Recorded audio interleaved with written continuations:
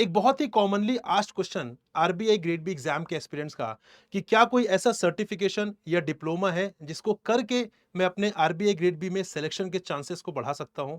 So yes friends, definitely एक diploma certification है जिसके बारे में आज हम बात करने वाले हैं। तो अगर आपका गैप ईयर है, गैप ईयर का मतलब अगर आपका कॉलेज पास आउट से लेकर जब आप आरबीआई की प्रिपरेशन कर रहे हैं, इस बीच में कोई गैप आपका आया है, अगर आपका कोई गैप ईयर है, अगर आप आरबीआई में एंट्री का सिलेक्शन के जो चांसेस है उसे बढ़ाना चाहते हैं, आप प्रमोशन के चांसेस को बढ़ाना चाहते हैं, आप इंक्रीमेंट के चांसेस को बढ़ाना चाहते हैं, सो ये वीडियो आपके लिए बहुत इंपॉर्टेंट है क्योंकि यहां पर हम एक ऐसे डिप्लोमा की बात करने वाले हैं, एक ऐसे सर्टिफिकेशन कोर्स की बात करने वाले हैं जो अगर आप यहां पे करते हैं being a RBI grade B aspirant, तो वो डेफिनेटली आपके लिए बहुत बेनिफिशियल होने वाला है। तो उस बेसिकली ऑर्गेनाइजेशन की बात करें जो इस डिप्लोमा को कंडक्ट करता है, वो ऑर्गेनाइजेशन है Indian institute of banking and finance, that is IIBF. ठीक है। और अगर मैं बात करूं उस डिप्लोमा की, उस कोर्स की, तो डिप्लोमा है diploma in banking and finance. उसके रिगार्डिंग आपको इंफॉर्मेशन कैसे मिलेगी वो सारा डिस्कशन हम करने वाले हैं। क्या एग्जाम है, किस तरीके से आप दे सकते हैं, क्या आपको वहां पे आरबीआई में कुछ हेल्प मिलेगी प्रिपरेशन में, ये सारा डिस्कशन मैं आपको यहां पर बताने वाला हूं। ठीक है। तो यहां पर आप इस वेबसाइट को विजिट भी कर सकते हैं, iibf.org.in। ठीक है। उसके बाद आप यहाँ पे स्क्रॉल डाउन करके you can click on the examination and courses, and after that यहाँ पे आप इसको स्क्रॉल डाउन करके देन फर्दर आप यहाँ पे फ्लैगशिप कोर्स में जाएंगे। फ्लैगशिप कोर्स में आपको क्लिक करना है एंड यहाँ पे you can see diploma in banking and finance. ठीक है। तो यहाँ diploma in banking and finance के बारे में आपको सारी इंफॉर्मेशन मिल जाएगी। तो बेसिकली यहाँ पर जो डीबीएफ होता है, diploma in banking and finance, ये कौन दे सकता है? जो यहाँ पे आईआईबीएफ के मेंबर्स ना हो, या अगर मैं सिंपल शब्दों में आपको बताऊं तो जो लोग बैंकर नहीं हैं, जो लोग बैंक्स में जॉब नहीं कर रहे हैं, वो लोग यहाँ पे डीबीएफ का एग्जाम देते हैं। जो लोग बैंक्स में जॉब कर रहे हैं बेसिकली वो जेएआईआईबी का एग्जाम देते हैं। तो यहाँ पर दोनों एग्जैक्टली सेम है, दोनों का सिलेबस एग्जैक्टली सेम है, कुछ भी अंतर नहीं है। द डिफरेंस इज ओनली कि यहाँ पे नेम में डिफरेंस है और यहाँ पे जो एलिजिबिलिटी में डिफरेंस है। अगर आप बैंकर नहीं है तो आप डीबीएफ एग्जाम दीजिए, अगर आप यहाँ पे बैंकर है तो आप जेएआईआईबी एग्जाम दीजिए। लेकिन अगर आप बैंकर नहीं है, आप यहाँ पर डीबीएफ एग्जाम दे रहे हैं, उसके बाद आप आरबीआई में एंट्री ले रहे हैं, तो आपका जो डीबीएफ का डिप्लोमा है, डीबीएफ का जो सर्टिफिकेशन है, वो ऑटोमेटिकली जैब में कन्वर्ट हो जाएगा। तो जो बेनिफिट्स जैब बेसिकली डिप्लोमा होल्डर्स को मिल रहा है, वो बेनिफिट्स आपको भी मिलना चालू हो जाएगा। सेपरेटली आपको जेएआईआईबी का एग्जाम नहीं देना पड़ेगा जब आप आरबीआई में यहाँ पर एंटर हो जाएंगे। तो यहाँ पर डिस्कस करते हैं अबाउट दिस पर्टिकुलर थिंग। यहाँ पे आप देखेंगे diploma in banking and finance की रजिस्ट्रेशन फीस भी दी हुई है कि यहाँ पे 2025 के लिए दिया हुआ था बेसिकली कि 4 फेब 25 से 10 फेब के लिए नॉर्मल एग्जामिनेशन फीस, फिर यहाँ पे 11 फेब से 17 Feb normal examination fees plus 100, फिर यहाँ पे प्लस 200 फर्दर आगे डेट्स के लिए। यहाँ पे फर्दर ये भी चीज मेंशन किया हुआ है, एग्जाम की डेट भी मेंशन की हुई है यहाँ पर, और यहाँ पे ये भी दिया हुआ कि कौन कौन से सब्जेक्ट्स हैं, एक Indian economy and Indian financial system, principles and practices of banking, accounting and financial management for bankers, retail banking and wealth management. Registration fees भी दी हुई है यहाँ पर। आप देख सकते हैं यहाँ पर जो हमारा 2025 का जो नवंबर में जो एग्जाम होने वाला है बेसिकली, उसके लिए आप देख सकते हैं कि 1 अगस्त से 7 अगस्त तक की जो नॉर्मल एग्जामिनेशन फीस रहेगी, 8 अगस्त से 14 अगस्त के लिए यहाँ पे नॉर्मल प्लस 100, और 15 से 21 अगस्त के लिए नॉर्मल प्लस 200। तो यहाँ पे जो लोग ये वाला नवंबर वाला अटेम्प्ट देना चाहते हैं वो लोग दे सकते हैं। यहाँ पर एग्जामिनेशन की डेट भी यहाँ पर मेंशन है, 2nd, 8th, 9th और 16th नवंबर। यहाँ पे ये चार जो कंपोनेंट्स है ये होने वाले हैं। ठीक है। यहाँ पे एग्जामिनेशन फीस की बात करें तो आपको यहाँ पे बेसिकली 5 अटेम्प्ट्स मिलते हैं। इसके बारे में अभी मैं डिटेल में आपको बात करूंगा कि यहाँ पे 5 अटेम्प्ट्स मिलते हैं, 3 इयर्स का टाइम मिलता है। इन 3 इयर्स में या इन 5 अटेम्प्ट्स में आप इन सारे पेपर्स को क्वालिफाई कर सकते हैं। होता है ना कि हमें कोई भी एग्जाम एक बार में क्लियर करना पड़ता है, यहाँ पे वो चीज नहीं है। यहाँ पे अगर सपोज आपने एक पेपर एक बार में क्लियर कर लिया तो रेस्ट ऑफ द पेपर्स आप अगले अटेम्प्ट में भी क्लियर कर सकते हैं, फिर उसके अगले में भी कर सकते हैं। तो इस तरीके से आपको 5 अटेम्प्ट्स मिलते हैं एक बार के रजिस्ट्रेशन में। तो यहाँ पे उसकी फीस भी मेंशन्ड है कि फर्स्ट अटेम्प्ट में 3500 की फीस रहेगी नॉन मेंबर्स के लिए, मतलब डीबीएफ जो लोग यहाँ पे कर रहे हैं। Second attempt, third, fourth, fifth attempt में यहाँ पे जो फीस है वो सेम रहने वाली है। राइट। तो ये तो कुछ बेसिक इंफॉर्मेशन हो गई। अब आइए समझते हैं यहाँ पर थोड़ा डिटेल में कि ये है क्या diploma in banking and finance, और किस तरीके से ये आरबीआई ग्रेड बी स्टूडेंट्स को हेल्प करने वाला है उनकी प्रिपरेशन जर्नी में। तो यहाँ पर अगर मैं बात करूं, ये रूल्स एंड सिलेबस 2024 एग्जाम का दिया हुआ है। ठीक है। यहां पर सबसे पहले हम कुछ साइलेंट फीचर्स देखते हैं, that is diploma in banking and finance will इंपार्ट banking and finance knowledge and skills together with technology, familiarity and customer orientation. तो यहां पर जब आप डीबीएफ का ये वाला जो सर्टिफिकेशन आप करते हैं, तो यहाँ पर बैंकिंग और फाइनेंस से रिलेटेड आपको बहुत एक्सपोजर मिलता है, एक आपका नॉलेज जो इनहांस होता है। और यहाँ पे बहुत सारे ऐसे टॉपिक्स हैं जो आपके फाइनेंस पार्ट से ओवरलैप होते हैं, जो आपके ईएसआई पार्ट से ओवरलैप होते हैं। तो कहने का मतलब है कि आपको इन सब्जेक्ट्स को अलग से फिर प्रिपेयर नहीं करना पड़ेगा। यहाँ पे काफी एक ओवरलैपिंग कंपोनेंट, ओवरलैपिंग सिलेबस आपको देखने के लिए मिल जाएगा आरबीआई के साथ। तो कहने का मतलब है अलग से बहुत ज्यादा एफर्ट इन सब्जेक्ट्स के लिए नहीं लगने वाला है। फर्दर में अगर यहां पे बात करूं, यहां पे क्या करता है, candidates undertaking the course will have comprehensive and up to date knowledge in the subjects of banking and finance. क्योंकि आप रिजर्व बैंक ऑफ इंडिया का पार्ट बनने वाले हैं, तो आपको ये बहुत इंपॉर्टेंट है आपके लिए कि आप फाइनेंस और बैंकिंग में काफी अच्छी नॉलेज रखें। और अगर आपके पास ये डिप्लोमा है तो डेफिनेटली आपको लेटेस्ट नॉलेज होगा और कॉम्प्रिहेंसिव नॉलेज होने वाला है। This course will make the candidates job ready. ठीक है, जिन्होंने ये कोर्स कर लिया है वो बेसिकली कैंडिडेट्स को जॉब के लिए रेडी कर देता है एक प्रकार से। आप कहीं भी मेंशन करेंगे कि आप यहाँ पे डीबीएफ होल्डर हैं, तो फिर आपको एक वहां पे एज मिलेगा। इवन आरबीआई के इंटरव्यू में भी आपको एज मिलेगा कहीं ना कहीं। और साथ ही साथ जब आप एंट्री कर लेंगे उसके बाद तो आपको डेफिनेटली एज मिलना है वहां पे, सैलरी में, प्रमोशन में। उसके बारे में आपको बताऊंगा अभी। देन फर्दर यहाँ पे diploma courses carrying professional recognition among the banking and finance community as it is equivalent to banking industry recognised JAIIB qualification of IIBF. तो यहाँ पे सिंपल मैंने डिफरेंस बताया था, जेएआईआईबी बैंकर्स करते हैं और यहाँ पे डीबीएफ जो बैंकर्स नहीं है वो करते हैं, बस इतना ही डिफरेंस है। जब आप बैंकर बन जाएंगे, जब आप आरबीआई में एंट्री ले लेंगे, तो आपका डीबीएफ ऑटोमेटिकली कन्वर्ट हो जाएगा जेएआईआईबी में। यहाँ पे बात करें, अगर मैं एलिजिबिलिटी की बात करूं, तो non members of the institute, मतलब अगर आप बैंकर नहीं है तो बेसिकली आप यहाँ पे एलिजिबल है डीबीएफ के लिए। आपको यहाँ पे 12th पास करना जरूरी है। ठीक है, 12th यहाँ पे होना आपके पास जरूरी है। फर्दर सब्जेक्ट्स की बात करें तो ये 4 सब्जेक्ट्स होते हैं: Indian economy, Indian financial system, principles and practices of banking, AFM that is accounting and financial management for bankers, RBWM retail banking and wealth management. ये 4 पेपर्स होते हैं। पासिंग क्राइटेरिया की बात करें तो मिनिमम आपको यहाँ पे 50 मार्क्स लेकर आना है। ठीक है, मिनिमम पासिंग मार्क्स जो है वो 50 आउट ऑफ 100 है। तो 100 मार्क्स का पेपर होते हैं, सारे पेपर 100 मार्क्स के होते हैं, उसमें से आपको 50 मार्क्स लेकर आना है।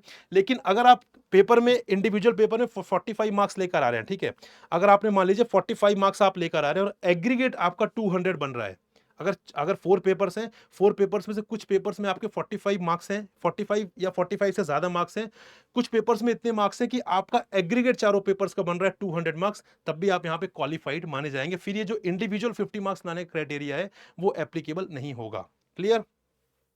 आगे अगर मैं यहाँ पे बढ़ूं, तो यहाँ पे मैं टाइम लिमिट की अगर बात करूं, कितना टाइम आपको मिलता है, तो यहाँ पे आपको 5 अटेम्प्ट्स मिलते हैं। एक बार जब आपने रजिस्ट्रेशन किया यहाँ पे इस डिप्लोमा के लिए, तो आपको 5 अटेम्प्ट्स या 3 इयर्स, ठीक है, विच एवर इज अर्लियर।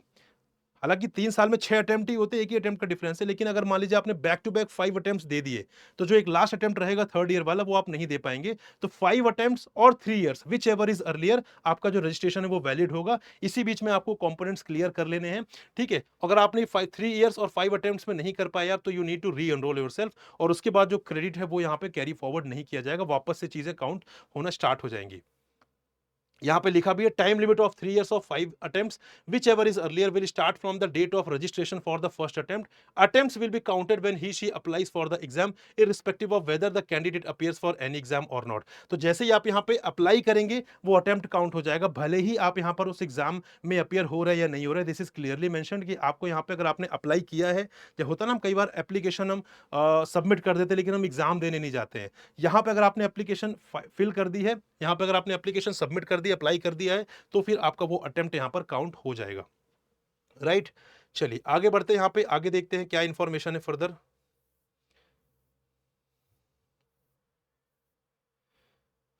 हाँ जी, यहाँ पे लिखा candidates are required to register for every attempt separately. तो यहाँ पे आपको हर अटेम्प्ट के लिए फीस देनी पड़ती है और इसीलिए आपको हर अटेम्प्ट के लिए सेपरेटली रजिस्टर करना पड़ता है। Examination will be conducted in English only. तो सिर्फ इंग्लिश में ही ये एग्जामिनेशन आपका होने वाला है। ठीक है, इस चीज के लिए रेडी रहिएगा। और साथ ही साथ यहाँ पे question paper will contain approximately 100 objective type multiple questions for 100 marks, मतलब 1 मार्क्स का एक क्वेश्चन होता है। ठीक है, तो यहाँ पे 100 क्वेश्चंस रहेंगे 100 मार्क्स के।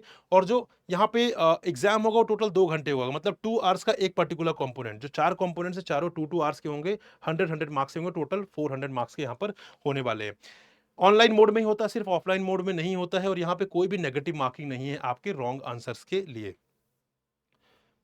और अगर मैं आपको आगे इन्फॉर्मेशन बताऊं तो यहाँ पर आप देख सकते हैं कि यहाँ पर स्टडी मटेरियल एंड कोर्सवेयर के बारे में यहाँ पे मेंशन्ड है कि यहाँ पे candidates are advised to go through the updates put on the IIBF website from time to time and go through master circulars, master directions issued by RBI and publications of IIBF like IIBF vision, Bank Quest etcetera.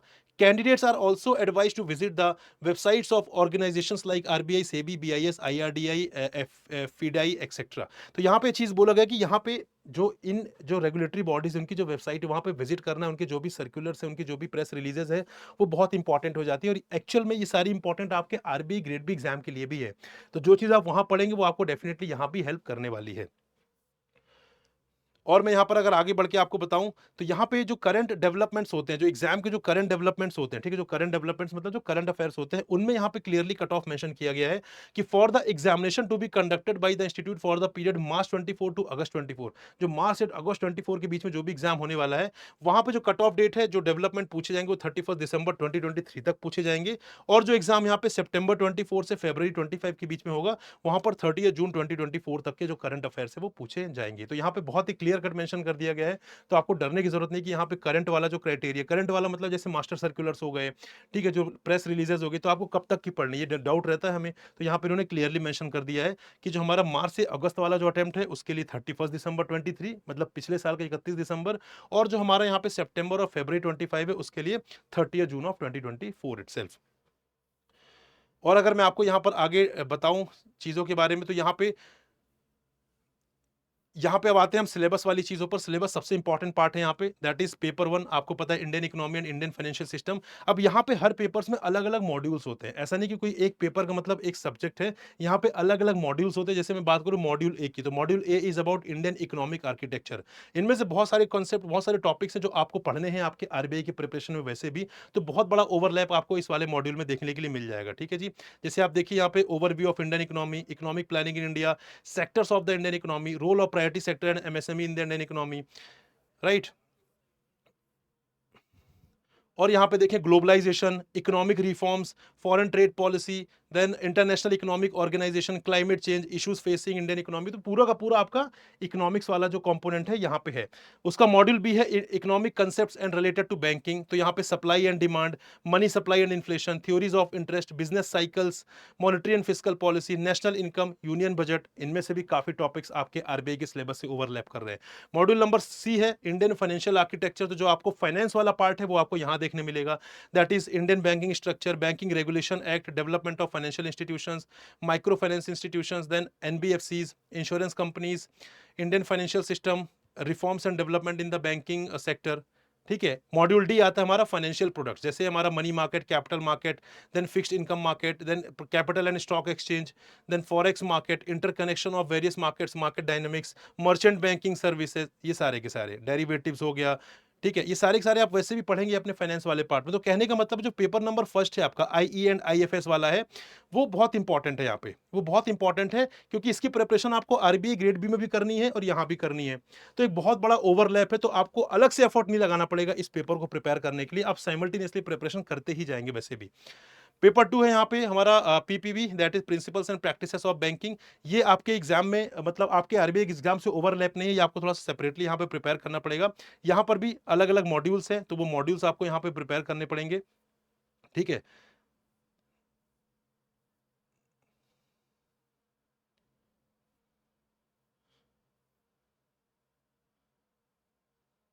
जैसे ethics in banking and financial institutions, तो ये ethics वाला part आपके जो management वाला part है वहां से इथिक्स में ओवरलैपिंग आपको बिल्कुल देखने मिल जाएगी यहाँ पर.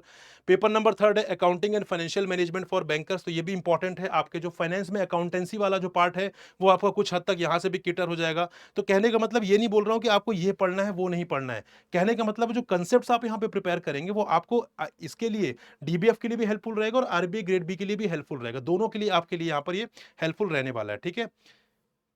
यहाँ पर भी अलग अलग मॉड्यूल्स देखने मिल जाएंगे, लेकिन द थिंग इज कि आपको काफी सारी चीजें बहुत ही कॉमन मिलेंगी जो आपके आरबीआई के सिलेबस में भी है और आपके यहाँ पर डीबीएफ के सिलेबस में भी है. ठीक है जी। And last but not the least यहाँ पे अगर मैं बात करूँ, जो हमारा लास्ट वाला जो कंपोनेंट है that is paper fourth RBWM retail banking and wealth management.